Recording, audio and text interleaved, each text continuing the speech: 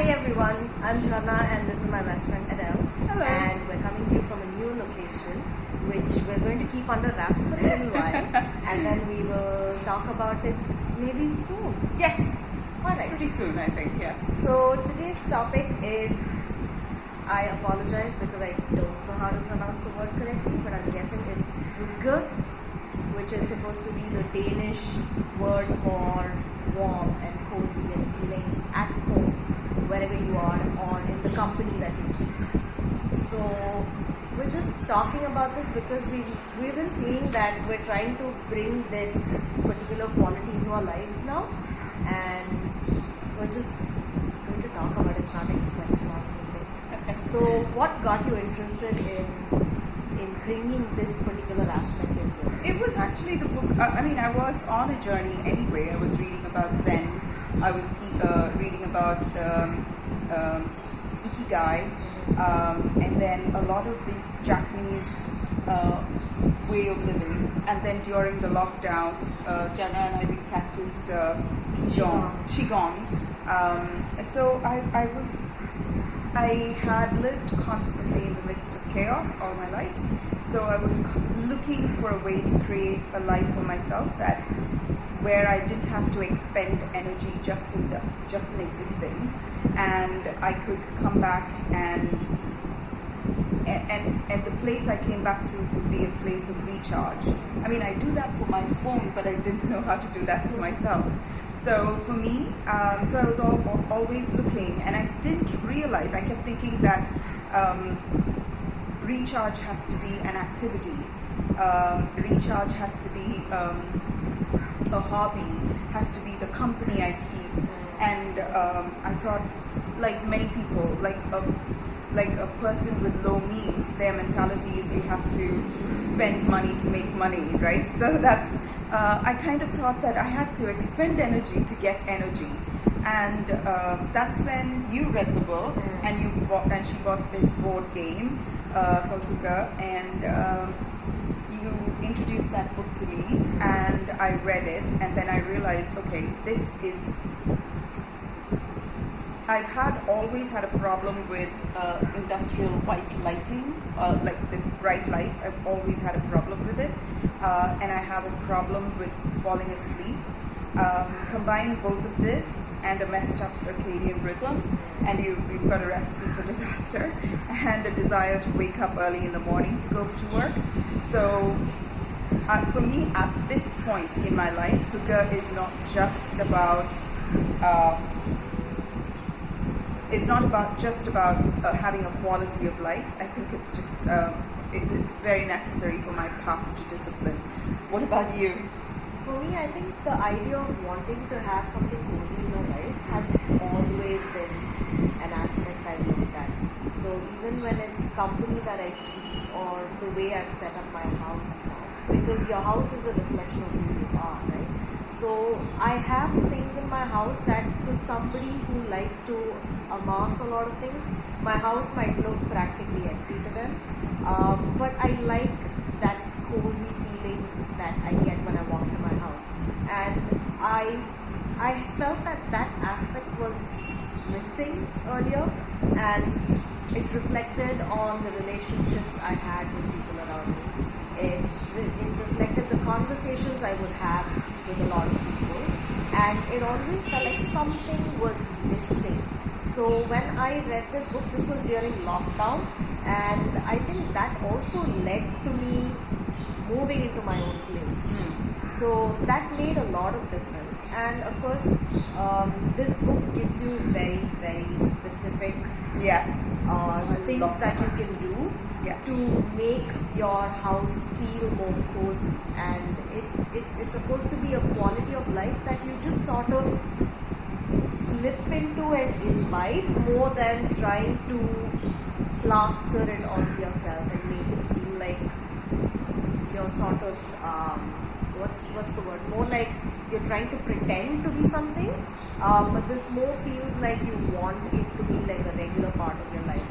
And of course, recharge, that can only happen when you are in an environment where you're feeling safe, and this was another aspect of Hygge itself, where I felt like, okay, this is a safe space for me. So that was, I suppose, the biggest reason why I decided to make this a part of my life. And also the book has like specific recipes, like certain foods can remind you of that cozy feeling. Like if I were to walk into a house where I can smell cake and cookies baking, I just feel like, oh my god, this feels great. So I think that has also led me to try cooking a lot of different things and experimenting with cuisines and doing activities in general that make me feel good about being in my own company, and that is it just feels good. Yeah. And It's about, like we live in a society that's like, if you say, oh, I'm so tensed up, I'm so stressed, you're like this great person, right? So for people, and deep down inside, none of us were, if you look at wild animals, they have a spurt of energy, and then for the majority of the day they rest. And this is just how we were all created to perform, and instead we want to live on the go, go, go. And this is just not good for us in the long run. So I'm sure our ancient ancestors lived properly.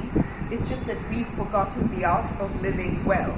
And we think living well is having a bigger TV, better sound system, having more expensive holidays. It is about it's about creating a life you do not need a vacation from. And the vacation is like an added bonus. yes, I think vacations should be taken as a discipline, so that you appreciate with new pair of eyes what you already have as a result of. It creates a little bit of distance occasionally, so that you come back to that which you can cherish. Likewise, for me, Hygge was like, if this book had come into my life maybe a couple of years ago, I would have been like, this is shit.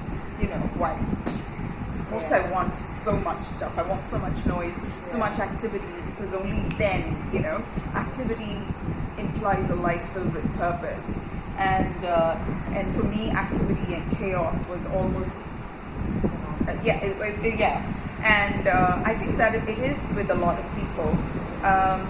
Hygge streamlines your life, and it clearly shows, if you have activity, it clearly shows the points of action, and then it shows a greater, in a pie chart, if you have like a small percent, like about 15% of activity, and the rest of it, 85% of rest in your life, you're healthy. And if that is the life that we are aiming to design for ourselves, we'll be healthy individuals. Yeah. And also, it's not about becoming complacent, because a lot of people think that 15% activity and 85% rest is just being lazy and complacent. That is not the quality that we're talking about.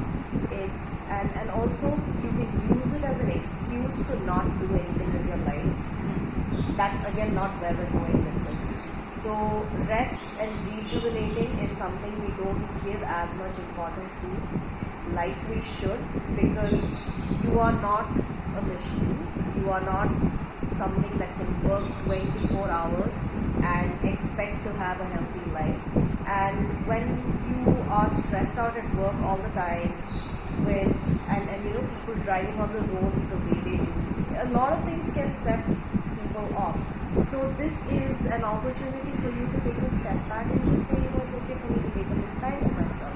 So it's about having good conversations with people. I mean, these are just small things you can do to increase your feeling of feeling at home in yourself, in your home, in the company that you keep. So try including more of that. And I think the Japanese books, the authors that have been writing Ikigai and Wabi Sabi, I mean, I feel like they just hit the nail on the head with how to manage their life along, personal life along with their work life, because clearly Japanese people, they live live so long. They live like close to 100 years, and that's very, very like a normal thing for them. And you can't live that long if you are going to be stressed out all the time. So I just felt like it would be nice to share this. Anything else you want to add to this? No, recently, not recently. I mean, there's been a celebrity couple that have been, they're in the tabloid news quite often, and they built this palatial mansion for themselves where their entire insides is just beige, and there's no. Oh, I know which couple. There is no art. There is no anything to distract your attention from the beigeness of it all. Yeah. And I just for a while the stark beigeness of it all. I just thought, oh, this is so frightening. And then I understood that they need that in order to create a stimulus-free area to rest, so that only their mind is active and it comes up with creative means to add value to the world because they're there. So I think Hygge encapsulates that which recharges us. And what recharges us is not stimulation, it's not activity, it's not noise, it's not clutter, it's definitely not chaos, it's not confrontational relationships. It's a lot of rest. And we are not having enough of it. Or if we have time for it, it's not good quality. So let's take the time to create a life, craft a life that is restful for us. And let's take pride in that rest rather than in the rat race. Yeah, and if your nervous system is so fried from all the stimulation, where are you going to find ideas to create new things? No, never.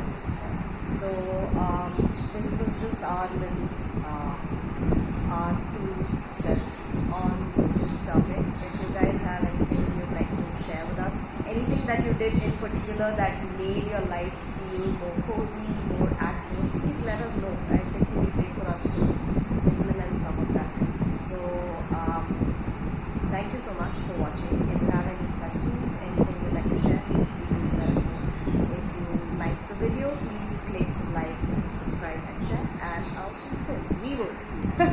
Thank you. Bye-bye. Bye.